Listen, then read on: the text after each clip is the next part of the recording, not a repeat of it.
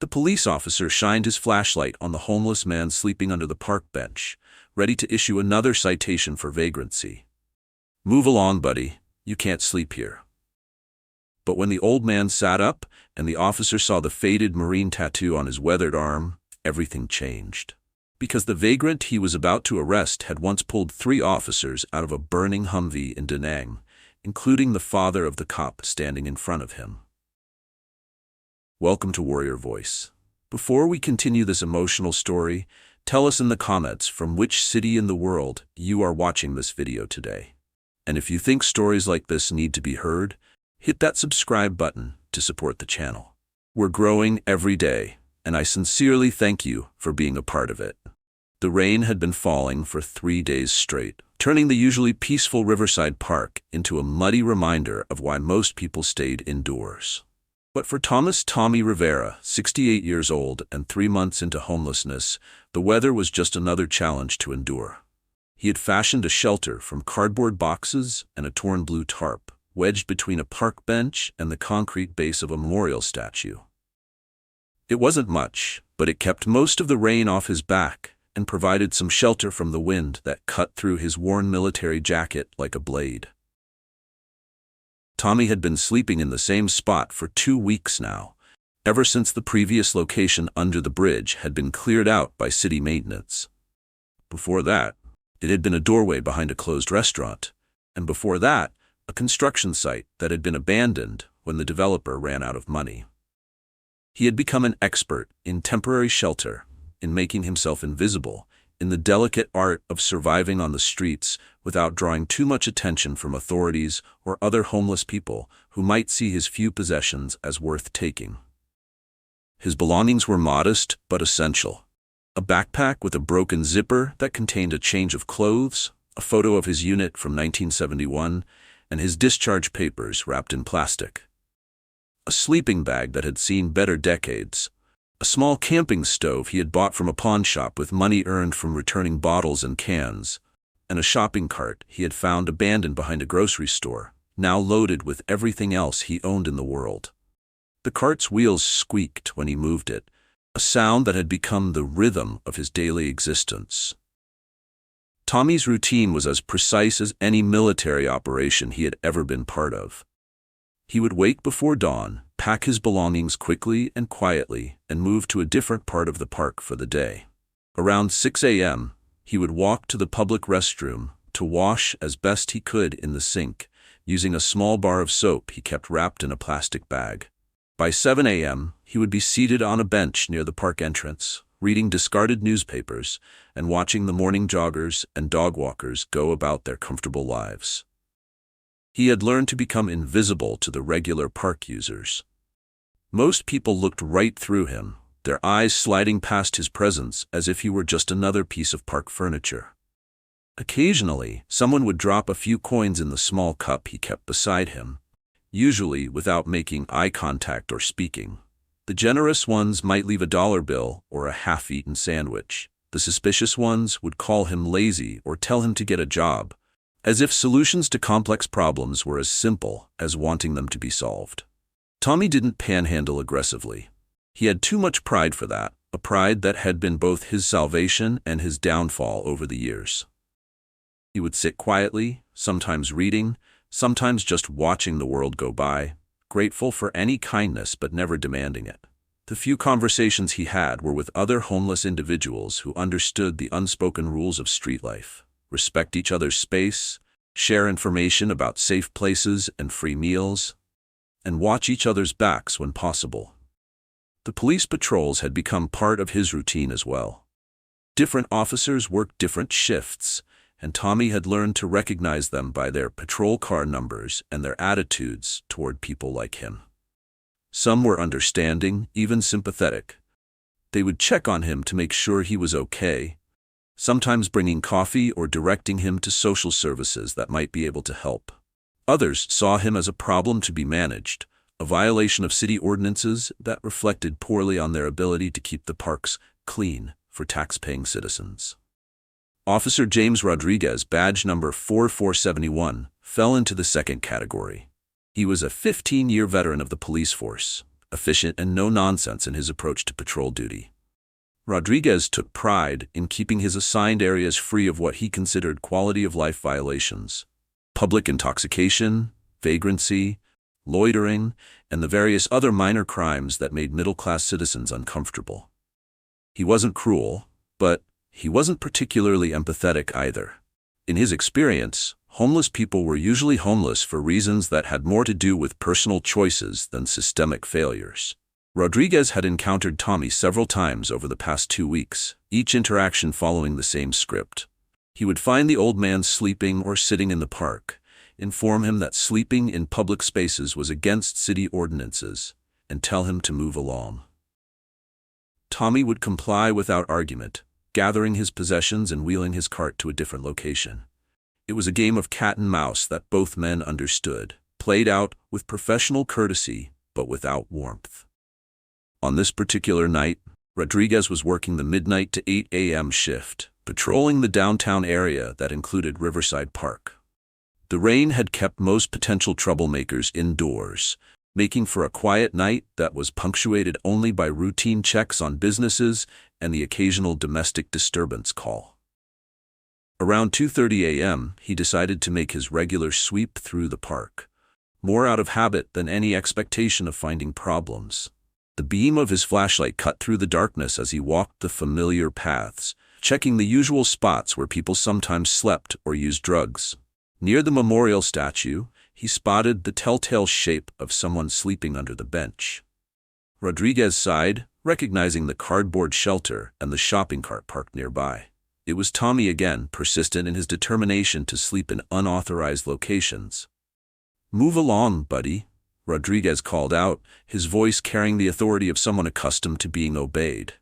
"You can't sleep here. We've been through this before." From under the cardboard and tarp came the sound of someone stirring, the rustle of fabric and the quiet grunt of an old man trying to wake up and organize his thoughts. Tommy had been dreaming about Vietnam again, one of those vivid nightmares that transported him back to the jungle where the air was thick with humidity and danger.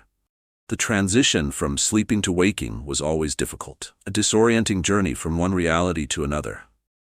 "I said move along," Rodriguez repeated, his tone becoming more insistent. "Come on, we do this every couple of weeks. You know you can't sleep here." Tommy slowly emerged from his makeshift shelter, his movements careful and deliberate. At 68, he had arthritis in both knees and a back injury from his service that made quick movements painful. He sat up on the edge of the bench, blinking in the harsh light of the officer's flashlight, his weathered hands instinctively moving to shield his eyes. "Sorry, officer," Tommy said quietly, his voice rough from sleep and years of smoking. "Just trying to stay dry. I'll move along." As Tommy stood up, the motion caused his jacket to shift, and the sleeve rode up on his right arm. In the beam of the flashlight, Rodriguez could clearly see a tattoo that made him freeze in place.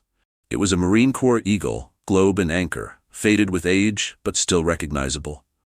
Below it, in smaller script, were the words Semper Fi, and what looked like a date, 1971. Rodriguez stared at the tattoo, his mind racing. His father, Detective Miguel Rodriguez, had served in Vietnam with the Marine Corps from 1970 to 1971. Rodriguez had grown up hearing stories about his father's service, about the friends he had made and lost, about the battles fought in places with names he could barely pronounce. More importantly, he had heard the story about the day his father's life was saved by a fellow Marine who had risked everything to pull wounded soldiers out of a burning vehicle. "Sir," Rodriguez said, his voice suddenly less authoritative and more cautious. "Were you in Vietnam?" Tommy looked up at the officer, surprised by the change in tone. For a moment he considered lying. His military service was both his greatest source of pride and his deepest source of pain. It connected him to a time when he had purpose, when he had brothers, when he had believed he was fighting for something important. But it also connected him to memories he had spent decades trying to forget, to trauma that had shaped every year of his civilian life. "Yes," Tommy said simply. 1970 to 1971. 1st Marine Division. Rodriguez felt his heart skip a beat. The timing and unit matched his father's service exactly. He lowered his flashlight, no longer treating Tommy as a vagrant to be moved along, but as someone who might have a connection to his family's history. "What was your unit?" Rodriguez asked, his voice now respectful. "Echo Company, 2nd Battalion," Tommy replied, studying the officer's face in the dim light. "Why?" Rodriguez could hardly believe what he was hearing. Echo Company, 2nd Battalion, 1st Marine Division, exactly the unit his father had served with. The unit that had been stationed near Da Nang when his father's convoy was attacked by enemy forces. "Sir, what's your name?" Rodriguez asked, his professional demeanor now completely replaced by personal curiosity and growing respect. "Thomas Rivera," Tommy said. "Sergeant Thomas Rivera." "Why are you asking?" The name hit Rodriguez like a physical blow. Thomas Rivera. Tommy Rivera. The same name his father had mentioned countless times over the years, always with reverence, always with gratitude. The man who had crawled back into a burning Humvee to pull out wounded Marines while enemy fire rained down around them. The man who had saved 3 lives that day, including the life of a young Marine named Miguel Rodriguez, who would later become a police detective and raise a son who would also become a police officer. "Jesus Christ," Rodriguez whispered, then caught himself and apologized for his language. "Sir, I think you saved my father's life." Tommy stared at the officer, confusion evident on his weathered face. Over the years, he had met family members of men he had served with, but it was usually at funerals or reunions, in contexts where such connections made sense. Finding such a connection in a dark park while being rousted for vagrancy was surreal. "Your father?" Tommy asked. "Miguel Rodriguez," the officer said. "Detective Miguel Rodriguez, retired. He served with Echo Company from June 1970 to June 1971. He's told me the story 100 times about the day his convoy was ambushed near Da Nang, about how a sergeant named Tommy Rivera went back into a burning vehicle to pull out wounded Marines." Tommy's expression changed completely, memories flooding back across 5 decades. Miguel Rodriguez, Mickey they had called him, a young Marine from Texas who had joined the unit just 2 months before the ambush. A good kid, reliable, brave, someone you could count on in a firefight. Tommy remembered him clearly now, barely 20 years old, always talking about the girl he was going to marry when he got home, always sharing pictures from her letters. "Mickey," Tommy said softly, using the nickname that only his fellow Marines had known. "Mickey Rodriguez from San Antonio. He made it home?" "He made it home," Rodriguez confirmed, his voice thick with emotion. "He became a police detective, served 30 years on the force. He married his high school sweetheart, Maria, and they had 3 kids. I'm the youngest. He's retired now, 73 years old, still telling stories about his brothers in Vietnam." Tommy sat back down on the bench, overwhelmed by the unexpected connection to his past. In his current circumstances, living day to day on the streets, it was hard to believe that his actions from 50 years ago still mattered to anyone. "How is he?" Tommy asked.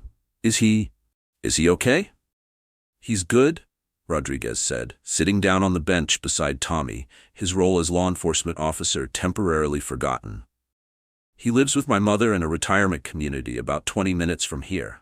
He volunteers at the VA hospital, helps other veterans with their paperwork and benefits. He's always said that he wanted to find you, to thank you properly for what you did." "I just did my job," Tommy said quietly, the standard response he had given whenever anyone had tried to thank him for his service. "We all looked out for each other." "My father doesn't see it that way," Rodriguez said. "He says you saved his life, and therefore you saved my life, and my sister's life, and my brother's life. He says you made it possible for his grandchildren to exist. That's not just doing your job, that's heroism." Tommy was quiet for a long moment, processing this information.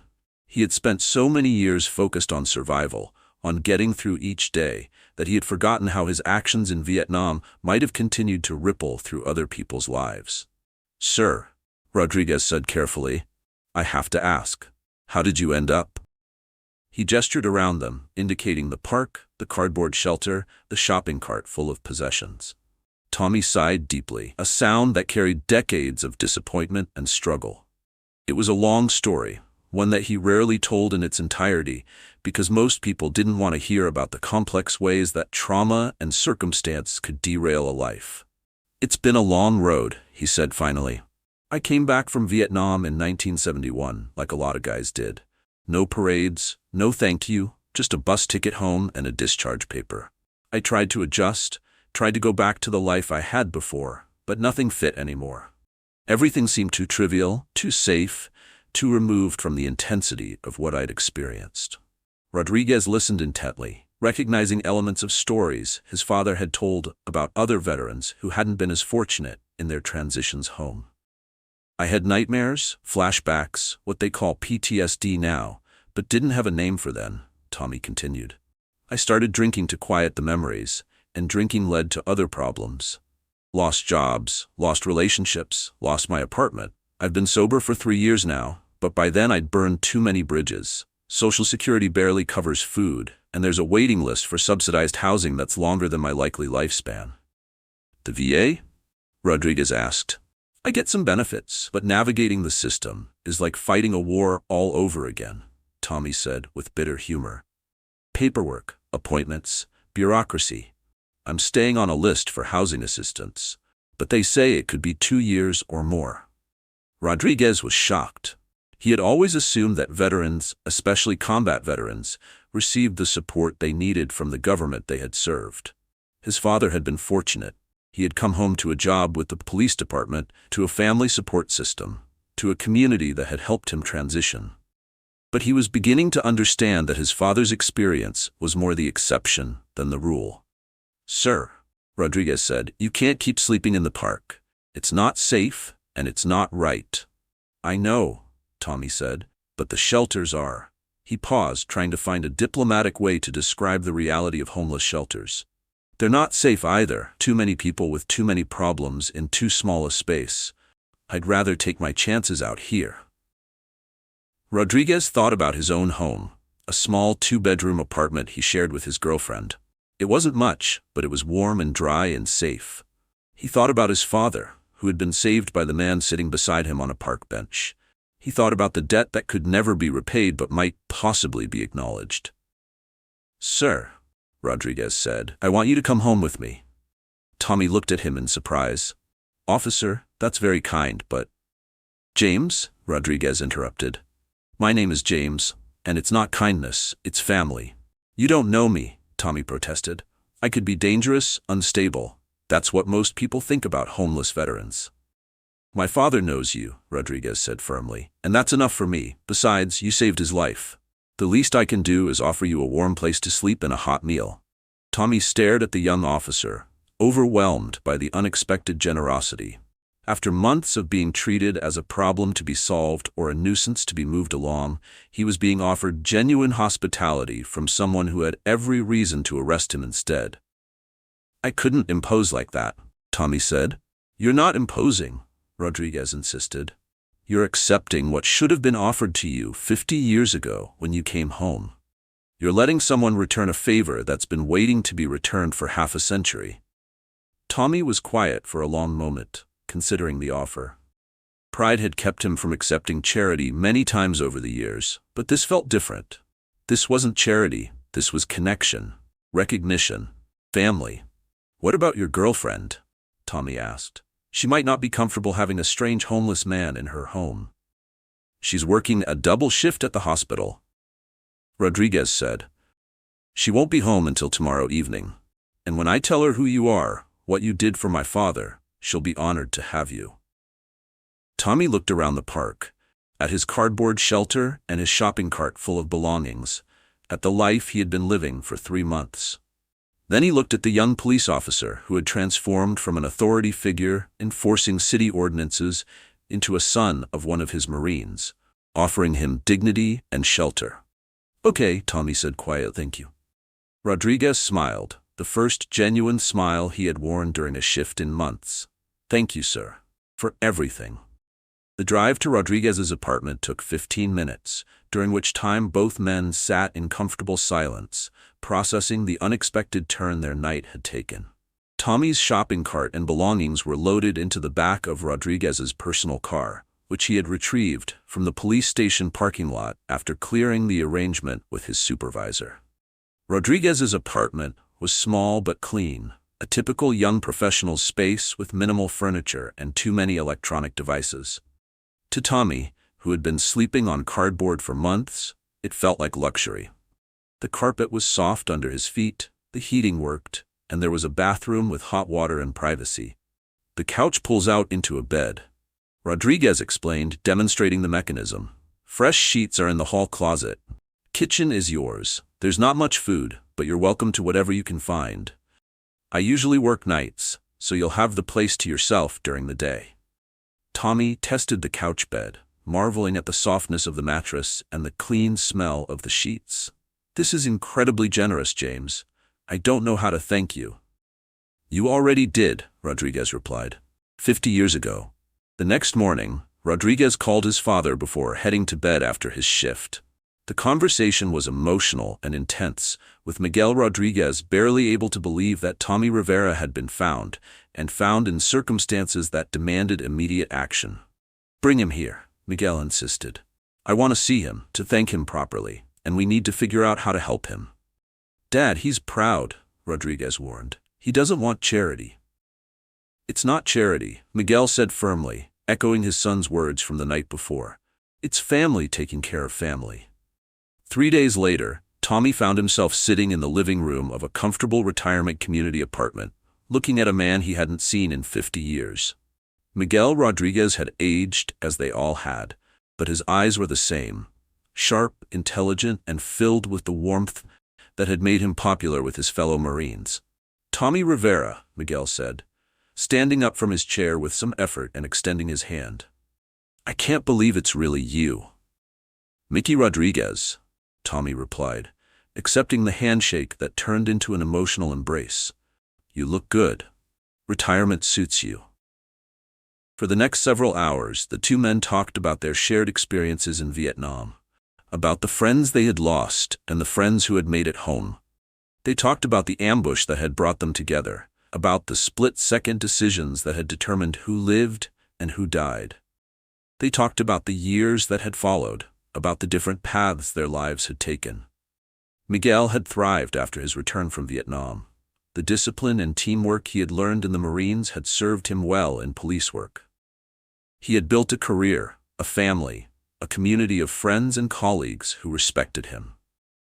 He had dealt with his own trauma and memories, but he had done so with support systems that had helped him process and heal. Tommy's path had been different. He had returned to a society that didn't understand or appreciate his service, to a job market that discriminated against veterans, to a support system that was either non-existent or inadequate.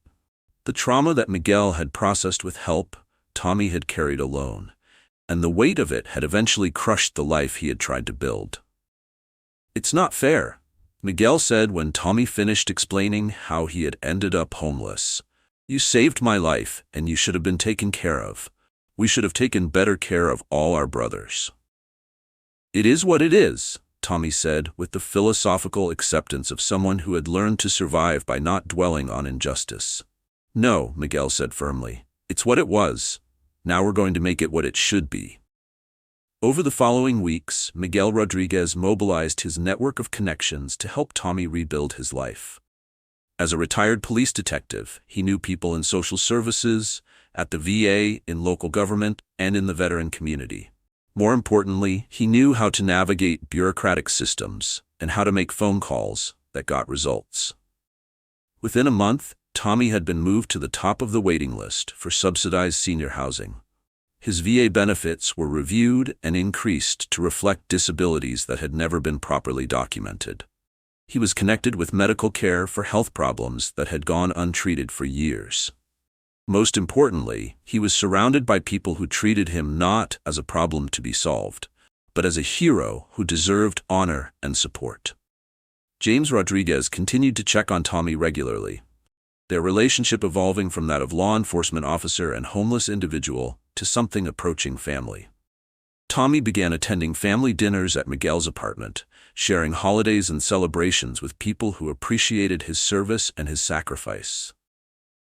6 months after that night in the park, Tommy Rivera was living in his own apartment, receiving proper medical care and volunteering at the local VA hospital alongside Miguel Rodriguez. He had found not just shelter and sustenance, but purpose and community. The man who had saved lives in Vietnam was now helping other veterans navigate the systems and challenges that had nearly destroyed him. The shopping cart full of possessions had been replaced by a modest but comfortable home. The cardboard shelter had been replaced by a warm bed and a sense of security. Most importantly, the isolation and invisibility that had defined his homeless existence had been replaced by connection and recognition.